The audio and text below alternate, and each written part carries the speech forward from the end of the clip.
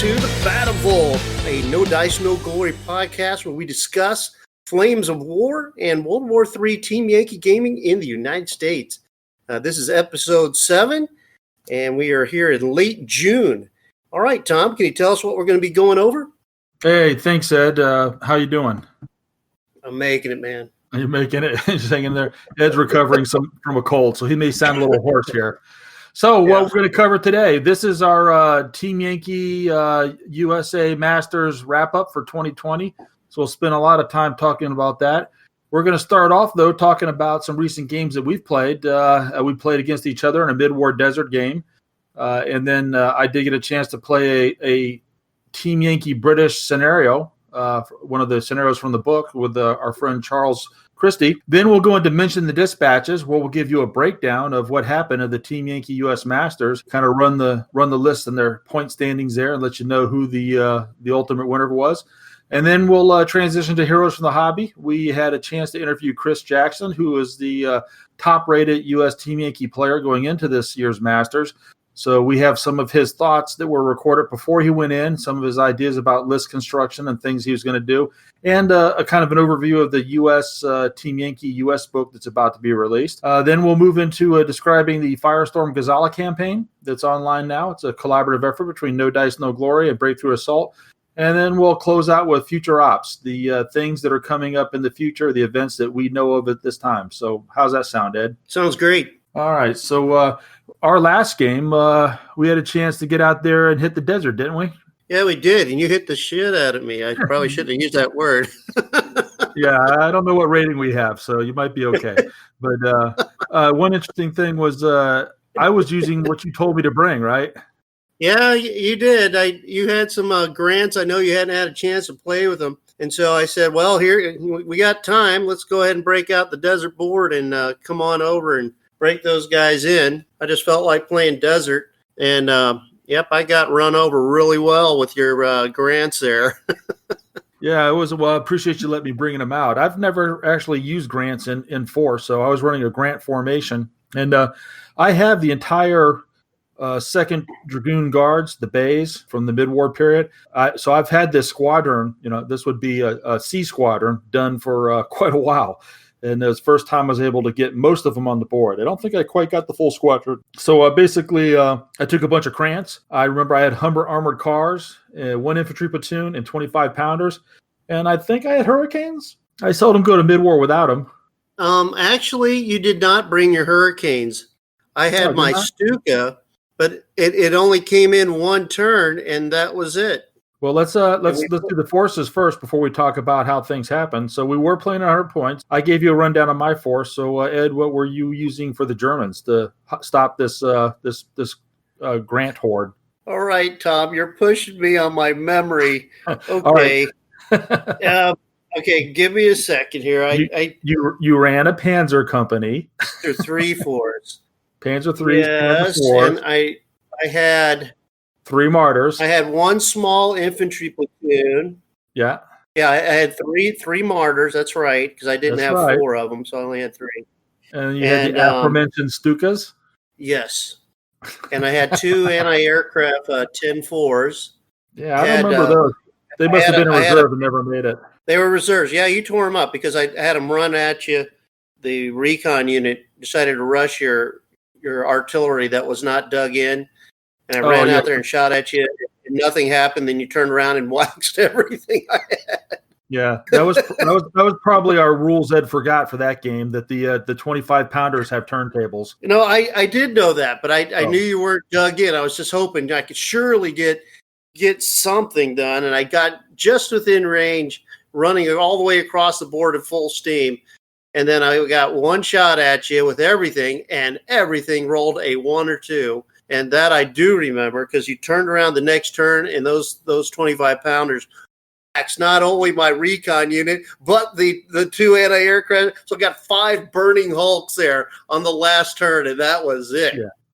Yeah. So I believe we were playing the breakthrough mission, and I ended up as the attacker. And you defended in entirely 1 quarter, and I pretty much just threw all of my forces in that quarter. Right. So I think it was breakthrough. Maybe could it have been? It could have been counterattack. Could have been it could have been counterattack. I remember we're playing on that kind of thing where I could go one way or the other. It might have been based off your deployment zone. Yeah, Anyway. and my reserves came in on the opposite end, so you decided to go on the far side.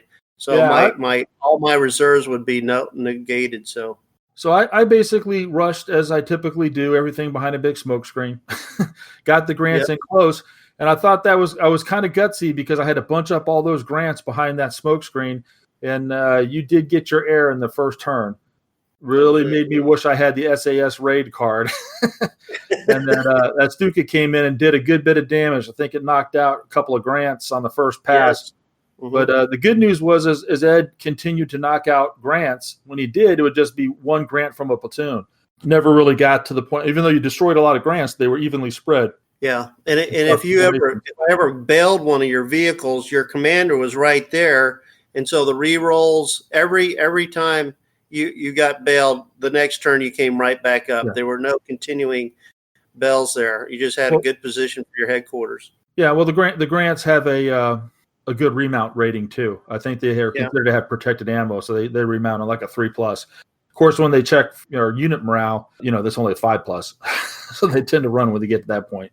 But we never quite got a platoon down to where it had to check, so the massing thing worked, and we were able to knock out that objective. I think even my infantry came over and helped out. They kind of helped sweep up on the hill where your martyrs used to be. And I think it was my my armored cars and some long-range fire that took out the martyrs. And that was unfortunate. You ambushed with those. You ambushed and attempted to do a shoot and scoot back to get back out of 16 inches. And I think it was successful, but the terrain was rugged, and I think one of your martyrs failed a cross-check, and it stayed within 16 inches, which allowed everybody to shoot at the maximum, potential there. Yes, so you are correct. So it's a good game. And I also had a chance last weekend to play our friend Charles Christie. We have been working our way through the scenarios in the British Team Yankee book, the new one. And we've done the first scenario. There's an after-action review posted on No Dice, No Glory for that. And we played the second one, and we have not posted that after-action review. And it was pretty brutal. It was not good for the Brits. I was attacking with the Soviets and got uber lucky. Charles got nothing for like reinforcement rolls. I mean, he's rolling 1-1, 2 1s, 3 1s. Things are just. And I had Su-25s, also Hind Ds, and he had no AA on the board to begin with. And those Su-25s showed up for the first 3 turns in a row. And combined with the Hinds, had no problem picking off the few British tanks on the board. So it was kind of a really tough no-win situation. So it'll be real interesting when I do the AR write-up for that, because I'm still looking at the game and trying to figure out how it could be won. But one thing, since we didn't talk about rules that Ed forgot, we'll talk about rules Charles forgot in this game. He was complaining that he had nothing to take out the air, the Su-25 and the Hind Ds, but he did have a unit of swing fire anti-tank guided missiles, on an APC chassis. He had those, and those were his ambush unit. So he could have actually ambushed those against the Hinds and at least taken out that air threat. And instead, he chose to ambush them and try to take out tanks, which is certainly understandable choice. But if air was what really was getting it to him, then the Hinds would have been a better target for those. Plus, it's a full unit that can be knocked out. There's only 2 of them, only a 4+ save, so they're relatively frail to something like a swing fire missile. I guess it's a nice thing to think about is that you can shoot ATGMs in Team Yankee as guided against enemy air.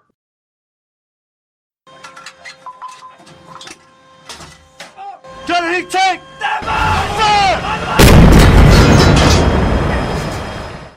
Well, let's go ahead and move into mission dispatches. Last weekend was also the 2020 Team Yankee Masters. It was played up there in Indianapolis, hosted by Joe Lewis and Able Company and supported by Battlefront, sending in the nice plaque and all that stuff.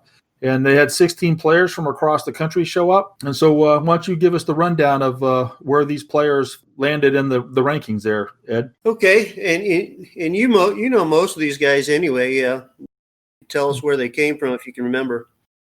I'll start with the bottom of the list, Tom, and I got Christian Sorensen, who was playing the Polish, came in at 13 points. Well, Polish. If I got to build a force, I think I would like to do the Polish because I worked with the Polish in OIF, and they were really good, and I enjoyed them. They let me ride on all their vehicles, and they ate all our food in our mess hall. But that was okay because I had a good time climbing on all their stuff. And they gave me a ride in one of their helicopters. It looks like a Mi-4, but it's the Polish beefed up double engine or some kind of modification that only the Polish build. And I thought that was pretty cool. Yeah, cool. Well, I have. All right, I've got the cards and the. You could always use my Soviet, the proxy as polls to try them out. We could always do that. Let you give it a shot before you embark on building a giant, huge green horde. But go ahead, continue. Okay. All right. I got Tom Gall also with 13 points, but he was playing the Soviets. Yep. Tom Gall's from Screaming Eagles up there in the Minneapolis area. So yeah. Mm-hmm. Rich Bayer playing US with 14 points. Yeah, the only USA player in the whole tournament, and he is from Legions out there in Pittsburgh, Pennsylvania. Yeah. I am surprised that I'm only seeing one U.S. player there. Yeah.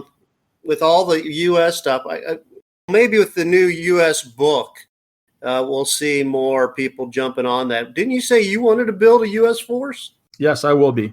Yeah, I got some U.S. to be my allied support for my West Germans, but haven't built them yet. Okay, here we go. Next one here, we got Ryan Waldock, playing the French with 16. Huh, interesting.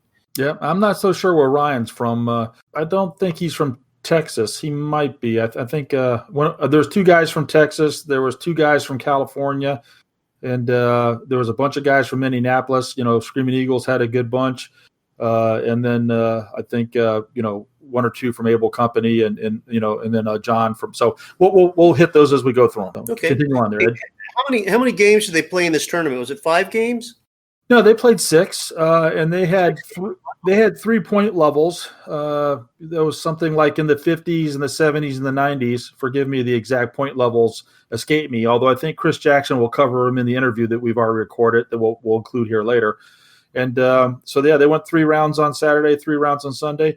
I actually drove up there Saturday to see them and helped out Joe with some of the broadcasts, the live broadcasts from the event, and got to see my good buddy Chris Grau and hang out and see some of the other, like you said, I know a lot of these guys very, very personally. So it was a great day for me. Went out to dinner with them and drove back. So, well, at least you got to go. Yeah, I was taking you with me. You were sick though. Yeah, I wasn't feeling right. Yeah, you were worried about the. Yeah. Yeah, I was worried about the coronavirus there. Yeah. Yeah. Negative, thank goodness. Yeah. Well, at least the first test, but how many tests you got to take before you find out the real truth of it? Yeah, that was in the news today. Yeah, people taking 3 tests before they're getting the correct results. Anyway, so I'm going to still stay away from people. All right, so let's see. The next person there, we got Howard West. Hold on. No, you skipped Kevin Morris. Kevin Morris with 18 points. Yeah, he's from California. Yeah, that's because he and Igor, they use this West Coast app thing, and they're on the West Coast app. Igor put in Italians, and Kevin Morris put in Hungarians. For the nation they were playing. So I guess they're just goofing off. So I have no idea what they were playing. Yeah, is that Best Coast app? It's like a tournament tracking system. So anyways, So unknown. So you can move on up to Howard. All right, Howard West, Soviet, 20 points. Yeah, and I'm surprised he normally plays East Germans. I've played him many times, and he's also from Leeds. Okay, we got Igor Torrenson. He got 21 points. Again, not knowing which army. Yeah, all I know is he flew in from California. He's from California. Yeah, they're the Californians. Yeah. Yeah, they're special. Where did you come from? What army are you playing? I'm going to put in Hungarians, even though I'm playing Team Yankee. How did you get here? Well, I took the 101 and put with it. That's funny. Okay. Well, we recognize the next name here, Dave Vieger. Yeah. He was playing Italians. Yeah. He wasn't playing Italians. I don't know why I typed that in there. Yeah. He must have been goofing around with the California guys, but he ended up with 22 points right in the middle. Yep, he's the center of the pack there. You got John Meyer playing British, 23. Yep. He's our buddy from Ohio. Yeah. Brian Coaches. Yep. Coaches. I'm going to put the N in there. Coaches. Yeah. I don't know him. Do you know him? I do. He's from Texas, and so he travels up a good bit. He traveled with one of his buddies. I think Jacob Meyer was also from Texas. Yep. He played French. Yeah, he was doing well. He had I haven't seen anybody play French yet. I'd like to know how they handle. Well, you would like his force because he did this ahistorical paint job where he painted his tanks in the World War I kind of French blue and gray camo, and then he painted his French infantry in horizon blue, like their World War I troops. So kind of not historical, but kind of an interesting looking force. They went to war in their parade uniform. Yeah, pretty much. Well, they did all right. They came in the top half. Okay. Yeah. Let's see. Andrew. Oh, surprise there. He's playing Brits. Well, actually, it is a surprise. He Chris Fretz was the guy that was supposed to play in this tournament, and Chris, unfortunately, his brother was having some major medical issues, and Chris had to drop out. I hope his brother's doing well, and I haven't heard any updates lately. But so Chris was not able to participate, and Andrew Hobson stepped in as a ringer. Coincidentally, Chris Fretz plays British all the time. Andrew Hobson has British, so it's kind of a pretty good proxy for Chris Fretz. Yeah, it's a pretty much set deal when I play. If I play Andrew and he's playing Brits, I'm guaranteed getting crushed every time. Yeah. I haven't had any luck with him at all. Next one, Chris Grau, your buddy, playing East Germans with 27 points. Yeah. Yeah, and he was on the first day. He wasn't doing that well, so he really pulled it out the second day. So he not only is he now fifth, in the rankings here or the standings for the event, he's tied for third. The next two players are going to be at 27 points too. So strength of schedule must have put him down to. But he was and he almost beat Howard West. I was watching his and Howard's West game on this table they called Little Fallujah. It was just desert with just like a whole desert city. It was so hard for Chris to push his Soviets, really canalized terrain, really kind of retarded his movements. But he actually almost won it. If one of the ITV sections that the Rich had broke, and I think it had to take a morale check for like 3 or 4 turns in a row. But if that unit had broke, then Chris would have won, and he had no idea he was that close to winning until the very end. But it ended up as a 3-3 draw, I believe. But yeah, okay, 27 points.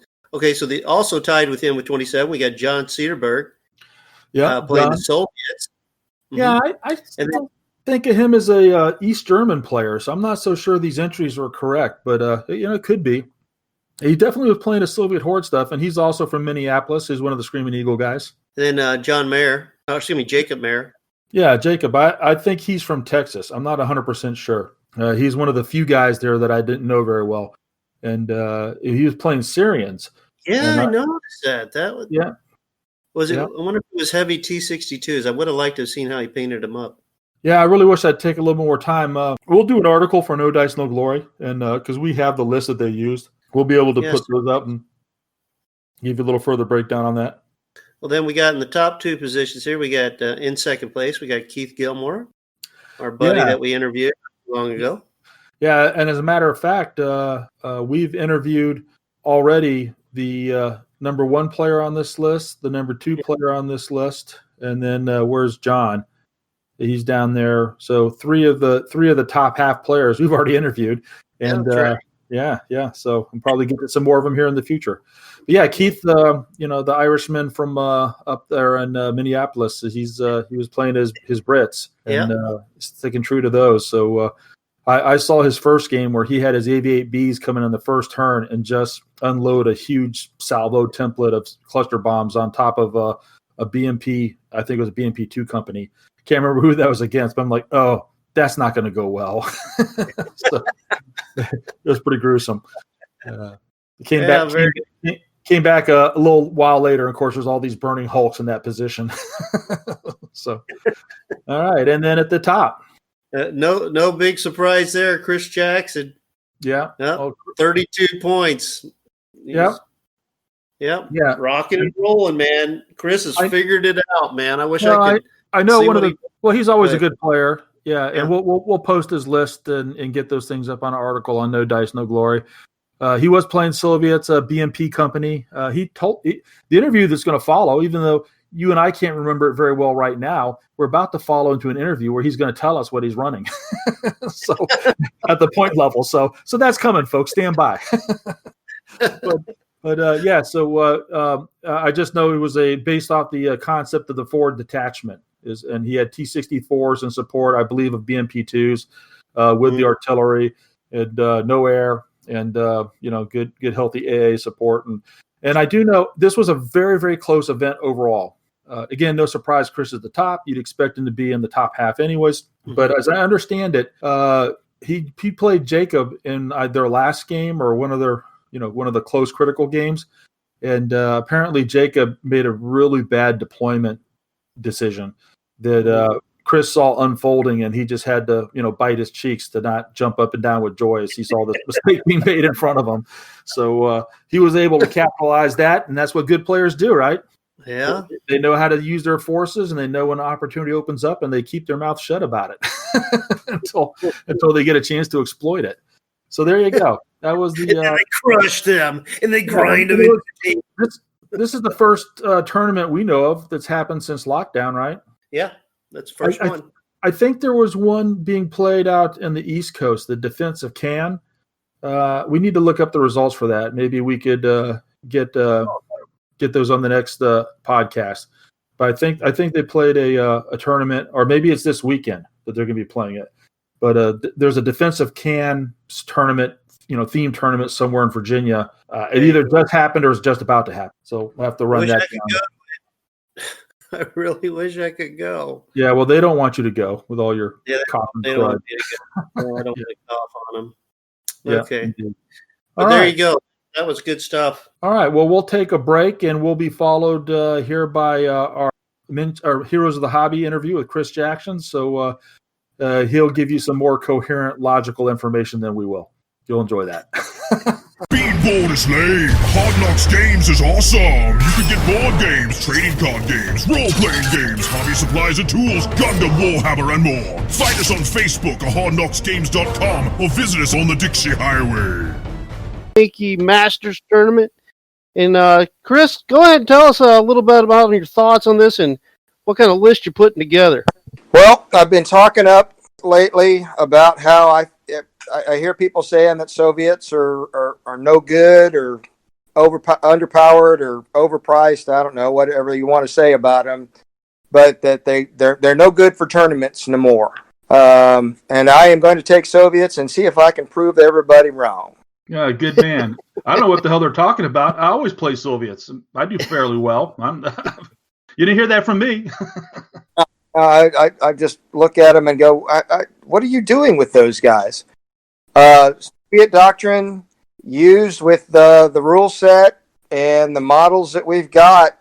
If you build what they called a Soviet advanced guard main body, which was the battalion size minus force that followed up was the main lead force of a motorized rifle regiment, and roll it in on someone, you're gonna overwhelm them. You just overwhelm them.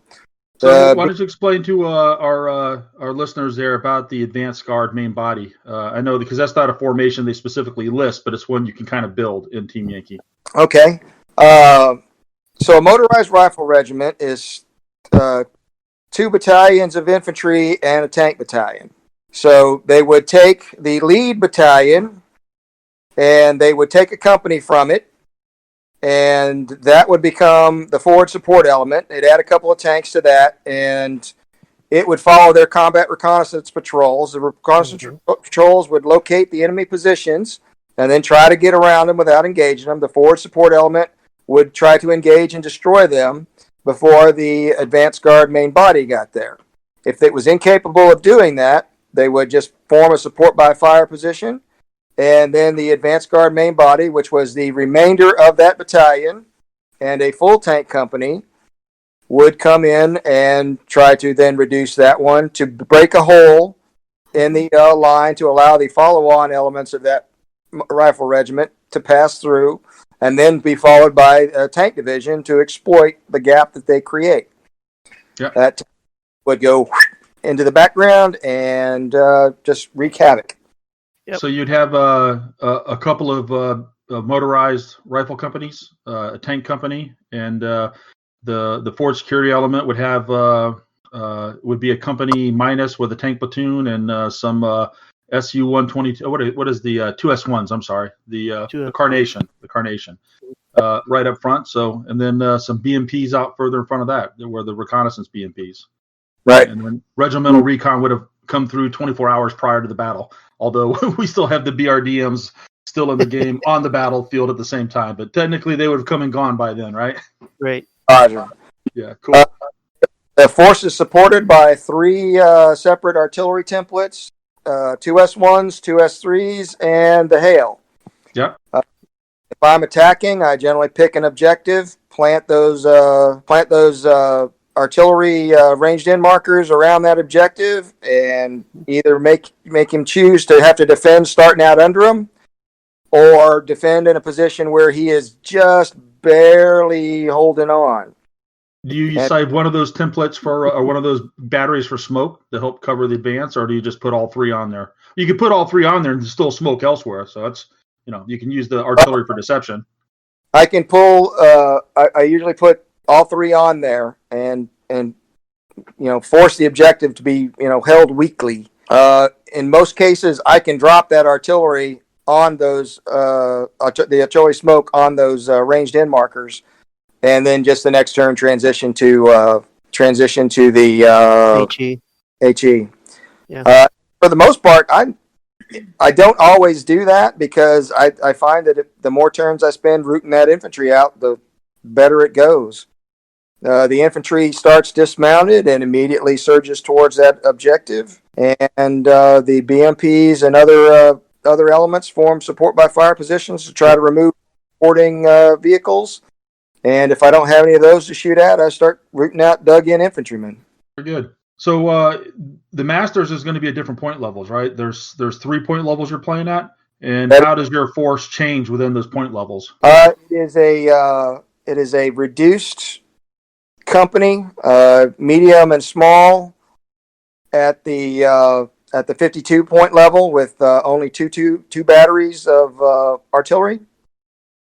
When we jump it to 74, I do two full medium-sized battery, or 2 full medium-sized companies, and I go to the 3 batteries. And then last, when I go from 90 or from 74 to 96, 22 points is 4 missile-armed T-64s. Yeah, do you think not even going up to 100, over 100 points, do you think that's going to help as far as the large NATO tanks not being much of a threat? It's always my biggest scare. If they do M1 IPs, I'm hoping for that 1 to get dropped. But the way it's set up is that he's only got 1 platoon of those, and I've got 2 companies of infantry. So I can threaten both objectives, and he can only defend 1. Good pause. What about no air, no Heinz or Su-25s? Negative. No. Just yeah. go with that. I played, as you know, I've only ever played Soviets and or East Germans for Team Yankee, and I never used Heinz or air until we went to 120 points, and I just did it specifically to flush out to 120 points. So that's cool. I'm going to look forward to seeing how the event goes and see how well that force does. If I was playing, I'd be playing Soviets because that's all I have. So I don't know what these folks are talking about. I've been doing just fine with them. Although and one reason we wanted to bring you on here was to talk a little bit about Team Yankee Masters coming up. That's important to us. But perhaps even more importantly, you're pretty much predominantly known as a U.S. player in Team Yankee. I think every time I've played you, I think you've had U.S. and particularly cavalry organizations. You tend to run those a lot. And you've had a chance to look at the new Team Yankee World War III U.S. books. In fact, you had an article. This is May 31st, Sunday, and on Friday you had an article on No Dice, No Glory that kind of gave a breakdown for new players. So why don't you tell us your thoughts here about the new Team Yankee U.S. forces? Well, the new U.S. Forces book fills some of the gaps that the U.S. had in capabilities. The first gap was the lack of a seriously high AT weapon platform to deal with the high front armor tanks. So now you've got the Apache with AT-25 Hellfire, and you've got the TOW-2 missiles on all platforms that were shooting TOWs before at AT-23, and you've got the Abrams throwing AT-23 120 millimeter Sabo out there. The second capability that it brings to the table is the ability to have low cost, high volume anti-tank fire to deal with the Horde. Before you either had missiles which were slow to fire, you weren't ever going to get a bunch of missiles downrange, or you had the M1 which wasn't going to get a whole bunch of shots downrange. And the M60, which was adequate, but which was more expensive than you couldn't get as many of them as you might need. But now with the new RDF LT experimental 75 millimeter gun light tank that they were planning to put with the 9th Infantry Division back in the day. Yeah, or the GI Joe tank, as we affectionately call it, Ed and I. Points per tank, rate of fire 2, AT-19. So how many points per tank? A little over 2. It's 9 points for 4, so 2 1/4. It's 6 points for 3. So if you go with the 3-pointer or a 3-tank platoon, you can get 3 for 6. Yeah. And one thing we covered on our last podcast that shocked me, I didn't realize that gun elevates. When I saw that hammerhead, I was like, "What the hell's with this hammerhead on this thing?" So even though it's thin skinned, it's fairly survivable, right? Because it's getting some concealment or some hull down, and you're looking at 6s to hit in many cases, if not 7s. Its whole idea was not to be seen at all. I mean, the armor's too thin. Yeah, I had no idea. I didn't even, I guess because it never was actually fielded during our time. I don't recall that. I didn't know much about it until my kid brother in his GI Joe collection had one. And its gun did not elevate. So pretty cool. Yeah. So I was kind of surprised at the upgrade cost for the TOW-2s from the TOW-1s. I think it was in many cases 1 point for the whole unit, and I thought that was a bargain. So I don't know why you wouldn't want to take those. And I know one thing as a very successful U.S. player in Team Yankee previously, hopefully a successful Soviet player here at Masters, but I know you played cavalry units a lot. I think that was your main go-to because you were a cav guy, weren't you? Yeah, but I was a light cav guy. I was running around in Humvees. Oh, okay. I didn't realize that. Where was that at? Fort Polk. Okay. All right. Definitely light. Paradise Polk. Yeah. Very cool. Yeah, it's my wife said if we ever got stationed there that I was going by myself. That's love. Yeah, unfortunately. Well, if you like hunting, that's a place to be.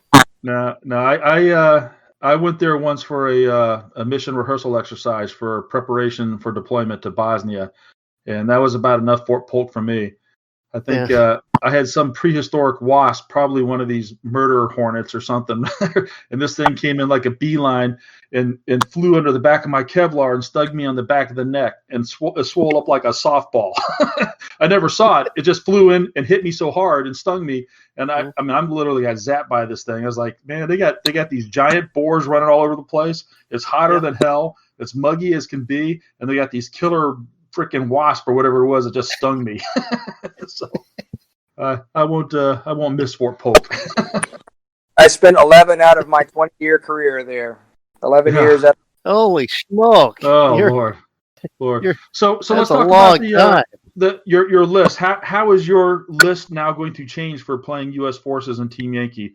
And again, I seem to always think of you as playing your cavalry units with the M113s. Now that we have the Bradley options, are you going to switch? Are you going to upgrade or change, or what are you thinking going forward? I am going to modify. It'll probably be the Cav base again, but instead of just being Cav, it will be supported by those light tanks we were just discussing. 10 of those, and the light motorized infantry. The infantry goes down, blocks off the avenues of approach. The enemy's got to go through them. That's going to take time, and while that time is happening, the light tanks and the M1s are just going to be the other guy's going to be paying about a company of tanks attacks per turn. So you think two formations, the motorized infantry and cavalry guys together? I'm thinking it might even be 3, and if I got to go with 2, I'll do the light tanks and the motorized infantry and just have a black box M1 platoon. All right. So when Team Yankee first came out, the first things I bought was a U.S. force, and not a single model from that force has been built yet because I've been doing nothing but adding to Soviets, because I was the one guy locally that was willing to do the Soviets.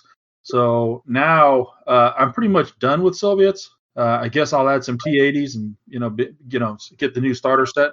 But yeah, I think it's time for me to break into my U.S. stuff and finally get it done. And it's all M1 tank heavy right now. I think I must have probably 2 full platoons in a headquarters section and a 113 infantry section as a basis. And I think that's all I have. No artillery, nothing else. So I think M1 IPs kind of what I'm thinking. And I don't know, that doesn't really give you a lot of options for doing other stuff in the that doesn't really give you options for doing other stuff in the book there.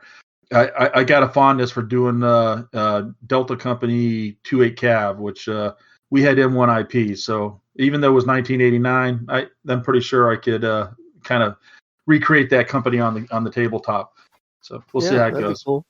Just play my Soviets at tournaments. Yeah, very cool. So Chris, anything else about the new book you want to talk about? No. I think the gone over, and I generally only take air to force somebody to put air defense out on the table while I attack. The MLRS, I'm sure, has already been covered by somebody. Glad that the U.S. finally got a salvo template to play with, and the light attack company. That's going to be something that you put out if you've just got some extra points and you don't know what to do with. If the RDF light tank is going to be resin and or is it going to be a plastic kit? I'm just curious. I don't know. Can't tell from the photos. That might be kind of a deal breaker for me because I am trying so hard to just go all plastic all the time now. And I might even go back and replace, like, the BRDM2s are going to come out in plastic for the Soviets, and I may go and replace mine just to lighten up my travel case there, especially with that huge horde. Hey, Tom. Here's my concern with the new stuff and the point value of everything being increased so much. I'm thinking that as a result, they're going to end up upping the total tournament value as far as the number. Like 120 is going to go even higher. So here, what could possibly happen is you get the Soviets with their stuff as not being as expensive.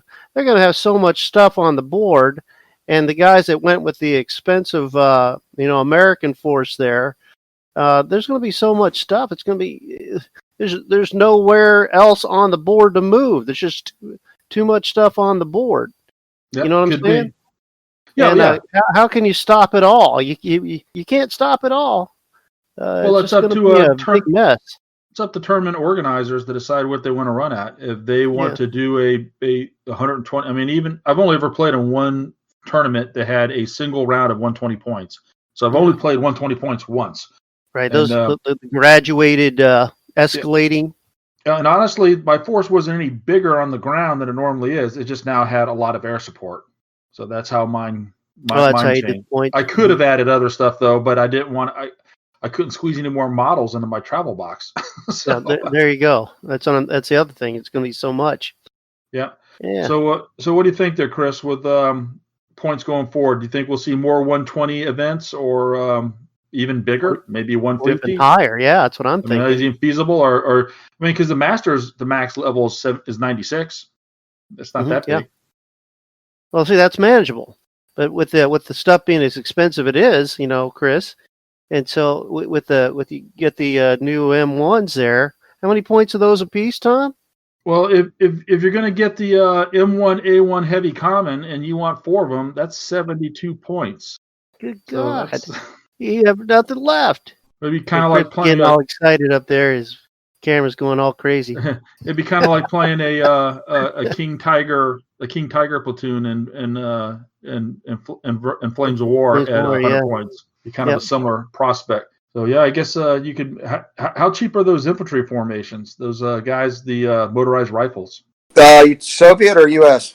The U.S. one. Sorry, the US. guys that you might take with M1 Abrams. It's 10 stands, 7 stands of M16 saw law, and 3 stands of. I'm sorry. It's 6 stands of those, 1 M60, and 3 Dragons for 10 points, and 10 Humvees with it. Okay, so you could That's a good deal.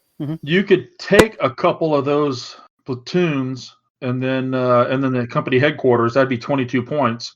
So you could take very, very thin points and pray to God your M1s come on the table fast because they're going to have to be in reserves if you're defending. And you're not attacking with that force.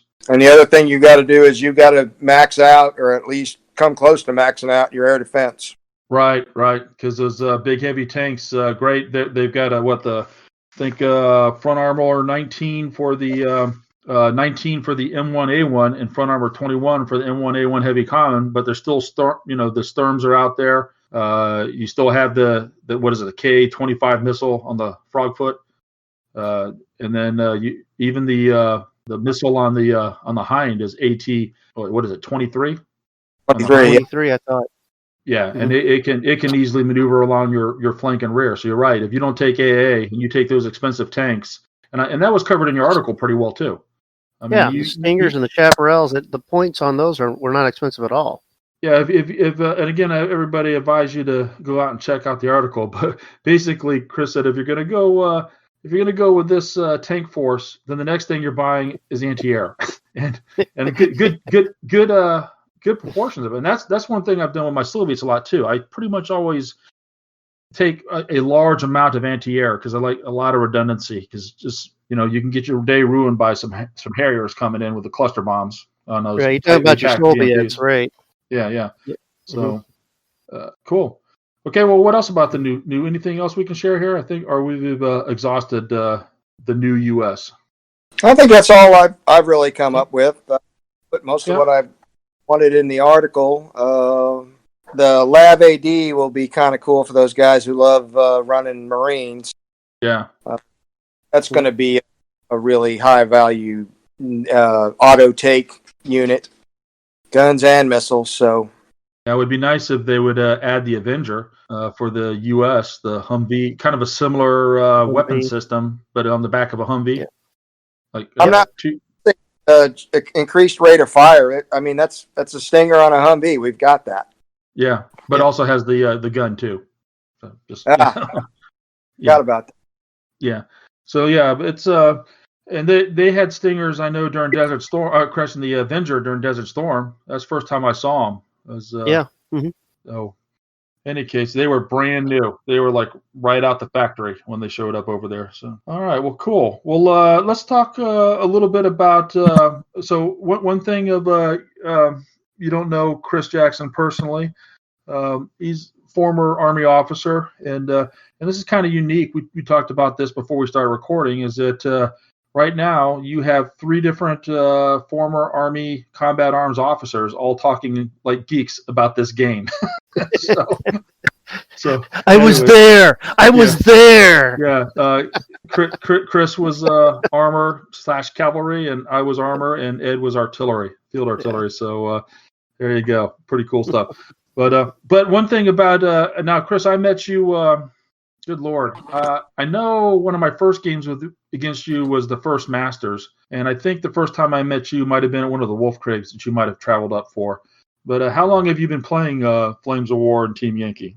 Flames of War 2006, and Team Yankee as soon as I saw it on the shelf. Yeah, so you precede me by 2 years for Team Yankee, for Flames of War, sorry. And what brought you into the game system? I played when I was a lieutenant at Fort Hood. My mentor was a guy who basically ran a game store out of his garage.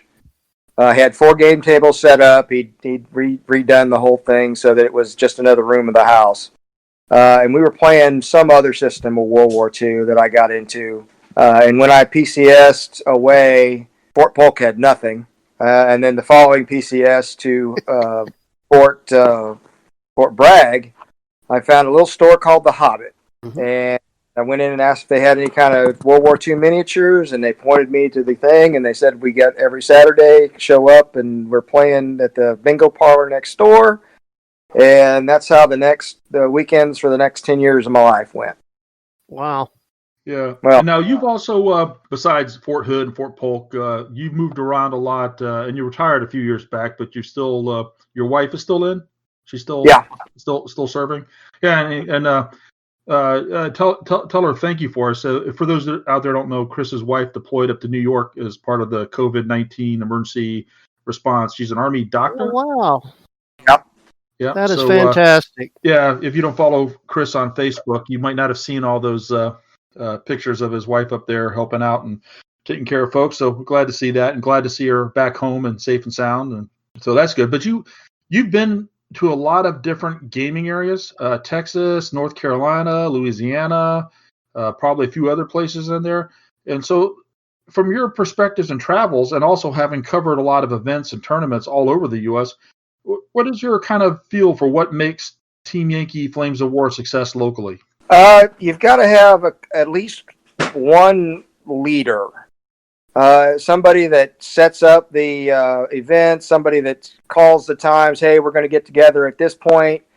Some place to go. Locally, we've got a store called Hit Point Hobbies.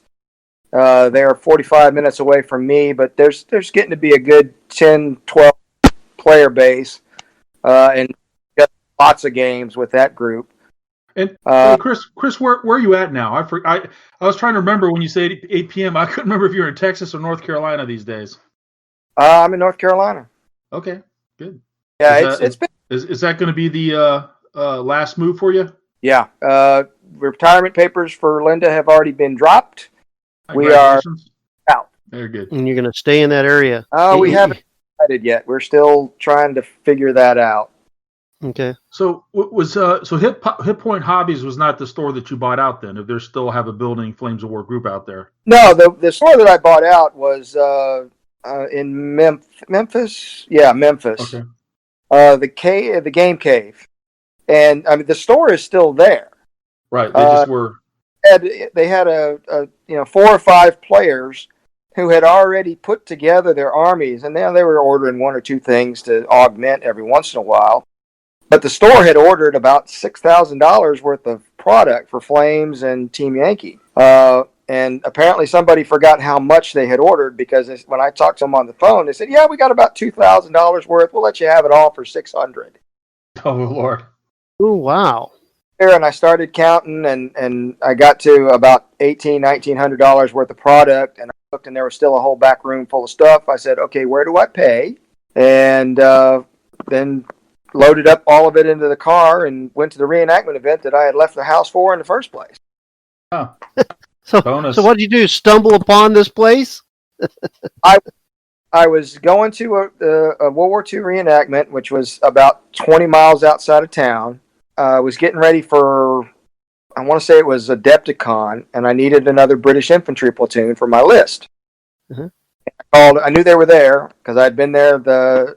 No, it was Nashville. I was there for NashCon and checked it out. And I called and said, hey, do you guys have this British infantry?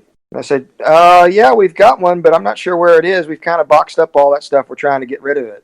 Oh. What you got? What have I stumbled onto here? I'll be there in about Very good. Wow. Well, congratulations on that find. That's pretty awesome. And for those, since Chris mentioned his World War II reenacting, again, for those who are not familiar with Chris, yes, he's a World War II reenactor, and also he's the only friend I have that actually owns an armored vehicle. Ah. Yeah, do you know what he has, Ed? Well, I used to have my Willys Jeep, but that's not an armored vehicle. No, we're not counting that as armor, even if you bolt, steel to it. carrier. It's up at the wife's farm. Oh yeah, universal carrier. Yeah, I've seen. And you run that as a Soviet universal carrier, right? It is a Soviet universal carrier. It has been run as a British universal carrier. And one time, I bolted 3 Panzerschrecks to the roof and ran it as a German universal carrier. do you have magnetic emblems that you can put on the sides? Red stars or black crosses. Look, anything but tacky. So no, I have just removed all markings from it, and it's just plain clean. Nice. Used for any occasion. Yeah. Yeah, very cool. Do you have multiple uniforms? Some people just, should do U.S. and they have their U.S. uniforms. Do you have multiple uniforms here? German, SS, Fallschirmjäger, Luftwaffe Field Division, and here, American Infantry, Armor, Marine, and Airborne, British Airborne, Russian Infantry, Japanese Infantry, Vietnamese Infantry. I've seen that on Facebook. Italian Airborne, and Italian Infantry. So wow. Let's take the firearms out of the equation, because I know that's going to tilt things to one side. So have you spent more on your reenacting hobby or Flames of War hobby? I know if you count the guns and the universal carrier, definitely is going to be the reenacting hobby. But I was just kind of curious, just with all those uniforms, how they compare with the cost for keeping up with Team Yankee and Flames of War. It's going to be real close if you take the carrier and the guns. Maybe. I think probably the reenacting, because I think the average Flames Army is about $300, and that's about the same as the uniforms. But then when you start throwing things like helmets and field gear, probably about $1,000 per impression. Yeah, well, nice. Yep, I used to do Civil War reenacting decades and decades ago, but I don't know. Going to the field, I don't know, pulling ticks off, And that was the thing that convinced me. I really love reenacting because it's all the fun stuff that the Army somehow figures out how to make unfun. Yeah, true.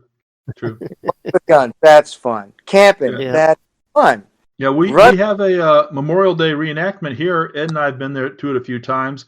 Yeah. They do one out here by Freeman Lake in Elizabethtown, Kentucky. And they didn't have it this year, I guess, because the COVID thing. But I was kind of hoping, since it was an outdoor event, they still might hold it, but they did not.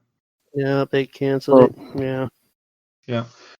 Well, great. Well, this has been a fantastic interview, Chris. We really appreciate you coming on and talking to us and giving us some of your insights about the Masters, about the Team Yankee US book coming up, gaming in general, and life in general. It's all been good stuff. We wish you luck at Masters.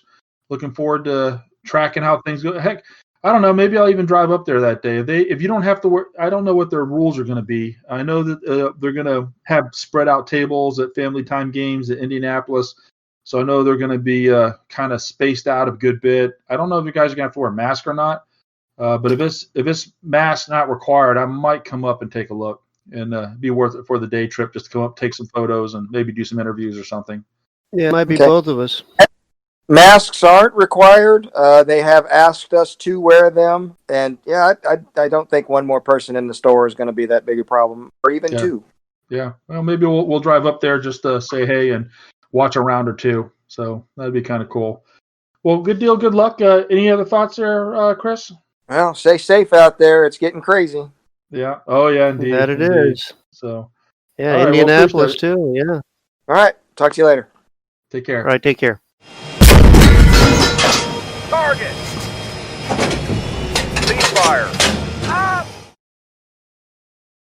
All right. Well, that was a pretty good interview, wasn't it, Ed? Yes, it was. Yep. Yeah, we had that before the tournament, and he was telling us all of what he was going to do. So we had to make sure that we didn't release the tapes before the thing. No, well, he actually said he was comfortable. The day we recorded, or the night we recorded with him, was the night that lists were due. So it's not like anybody could have changed anything at that juncture. So he was fine with us releasing it. We just didn't get around to actually closing this out before then. So anyways, that was great. Thanks again, Chris, for spending time with us and sharing some of your insights. And we're going to always try to do that on No Dice, No. You certainly don't want to just listen to Ed and I all the time. Yeah, well, we'll get some smart people in here occasionally. All right, so let's go into the Firestorm Gazala campaign, a big cooperative effort between No Dice, No Glory and Breakthrough Assault. Certainly very glad to see this. We all have the same mission statement. We all want to promote Flames of War gaming and Team Yankee gaming and all the Battlefront gaming system, tactical game systems. And so, we're not really in competition with each other. We really want to see the game system succeed everywhere and grow players everywhere. And so we are now teaming up with Breakthrough Assault to put in. Really, Mark Guttard from Breakthrough Assault is doing most of the work for it. So what do you think about it there, Ed? I was real happy to see it too. I'm a big fan of North Africa kind of stuff and historical type campaigning kind of thing. And I like the Tunisia campaign and all the other ones that we've done, Battle of the Bulge, you name it. Yeah, I like that a lot, and that's a big one. Rommel had to get through that Tobruk thing to push the British on, and so it was a hold up the first time he got to Tobruk, and this was it. And the hard pushing eventually, after several months, doing all that maneuver during this campaign, finally broke the British there at Tobruk and allowed him to pursue him all the way back to Al Alamein. And so. That's a big deal, and I like the historical part of it to see how close we can come. Yeah. To actually come into the real thing. So that's what I like.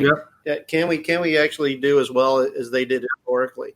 Yeah, that's always fun to kind of challenge yourself against those situations. And I believe this battle had was resulted in the relief of the British Commander-in-Chief, General Ritchie, which then precipitated the bringing forward of Montgomery to replace him.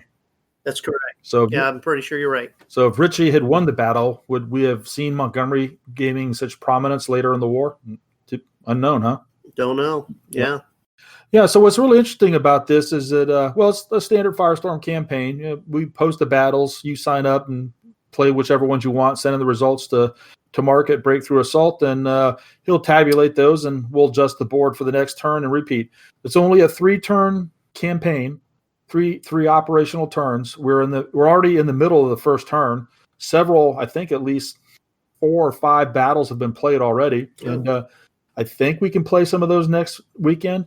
I'm playing Mark on for my first time ever trying to do a full game on Tabletop Simulator. I'm doing that on Sunday. That would be the 28th. Yeah, you're going to have to let me know how that goes. I kind of like that idea and want to give it a shot.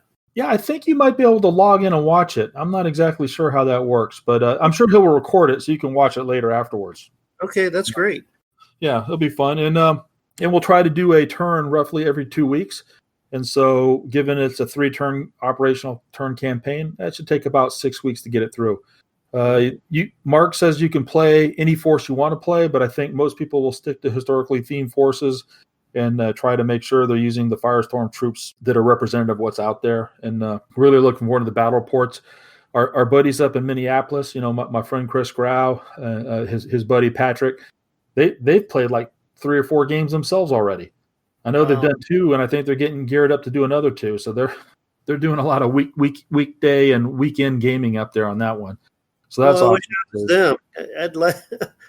I'm missing it so much. Yeah, I was hoping to do something with you this weekend, but now we're not doing anything. No, the crud has knocked us out for this one. Yeah. So one thing that I really like about how we're doing this Firestorm campaign, I've run several of these myself in the past. And the order phase has always been problematic. How do you do the dice rolls? How do you get people coordinated? You do this, I have to react to that. Doing it by email is just kind of always slow and cumbersome. In fact, I said that when we do Firestorm Bagration, I didn't want to have generals that were not, local, so that we could just, get together and crank out the orders. Yeah, but with Tabletop Simulator, we can do the orders live with the commanders at the same time. And, the die rolls are right there. The results are right there. Pretty awesome. So I'm very, very excited for this new mechanic for working through the orders process for these campaigns. It'll greatly expedite it, and it'll also kind of make things a little bit more transparent. Everybody will be, the two commanders will be seeing what's going on right there simultaneously. So when there's that miraculous, hey, you rolled a 1, we rolled a 6, it does happen. Anyways, so that's going to be good. Really looking forward to it. I'm especially happy to see the collaboration between No Dice, No Glory and Breakthrough Assault. I hope this is just the first of many such events where we collaborate and work on stuff, and maybe we can get Battlefront to throw some sponsorship for it. Let's get some cool prizes for some of the top players or whatever out of this campaign, or whoever puts the most battle reports or whatever the case may be. Anyway, so that's pretty much it. Pretty exciting, huh? Yeah. I'd be an automatic loser in that category. Most games, not this guy. Yeah. Well, I signed up to be the British CNC. Mark gave me the option, and I signed up for that because, I've got a lot of British mid-war desert. You've got a lot of Italian and German desert. Yep. I thought, this would be great for me and my main gaming opponent. But right now, the COVID's got us hunkered down again. Got us hunkered down, man. Yeah, indeed. All right. So what do you say we move forward to future ops here? Talk about events that are coming up. Sounds good.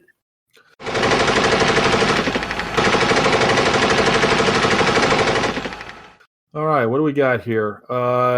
Well, first off, we have to go back to our earlier mentioned dispatches. We were talking about the was it the Siege of Cannes or the Defense of Cannes?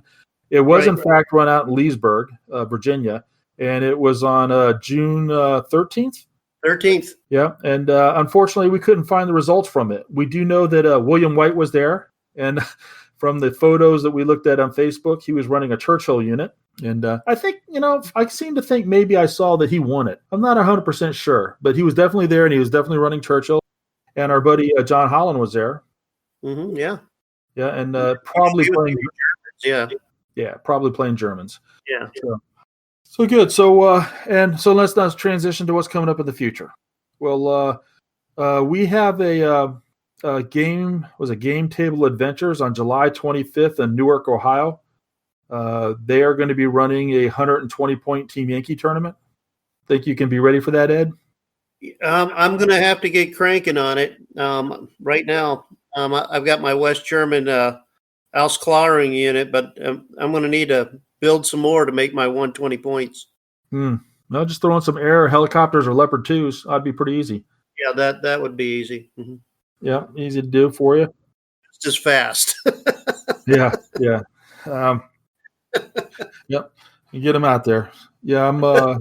If I play in July, it would have to be with my Soviets still. My U.S. will not be ready by then. And then as we move into August, our buddy John Meyer is running up at Daycon another 120-point Team Yankee tournament. That's Dayton, Ohio, on August 15th, and that's part of a convention. And then NashCon is at the end of the month. I don't have my calendar on hand. I think you're right. The end of August. Yeah, and it's that weekend before Labor Day weekend. Or is it? It is Labor Day weekend. I can't remember. I thought it was the 29th of August. But yeah, it is the 29th of August. I just can't remember if that's a 3-day weekend or not. And it's a 2-day event. It's going to be Flames of War. Our friend John Pirtle's running that. I'm pretty sure it's a 100-point late war. I don't think there's anything more specific than that on that. I'll try to look it up real quick, but it's hard for me to go find stuff on Facebook. You're right. I'm pretty sure it's a 100-point late war. Yeah. So now, as we say this, Ed and I have had some recent close encounters, if you will, close scares, anyways. With we've had a coworker who's tested positive, and we have so I'm under quarantine right now because of my proximity of working with him. And Ed had a test recently because he thought he hit. Fortunately, was negative. I've had a test. I don't have the results back. So I guess what we want to say is you got to be careful, right, Ed? Yeah, you definitely got to. All these nasties around here, you got to get your mask on. Well, particularly in the southern U.S., the numbers are going up, and I think people are starting to feel a little comfortable with the way things were going, and the virus is not done with us yet.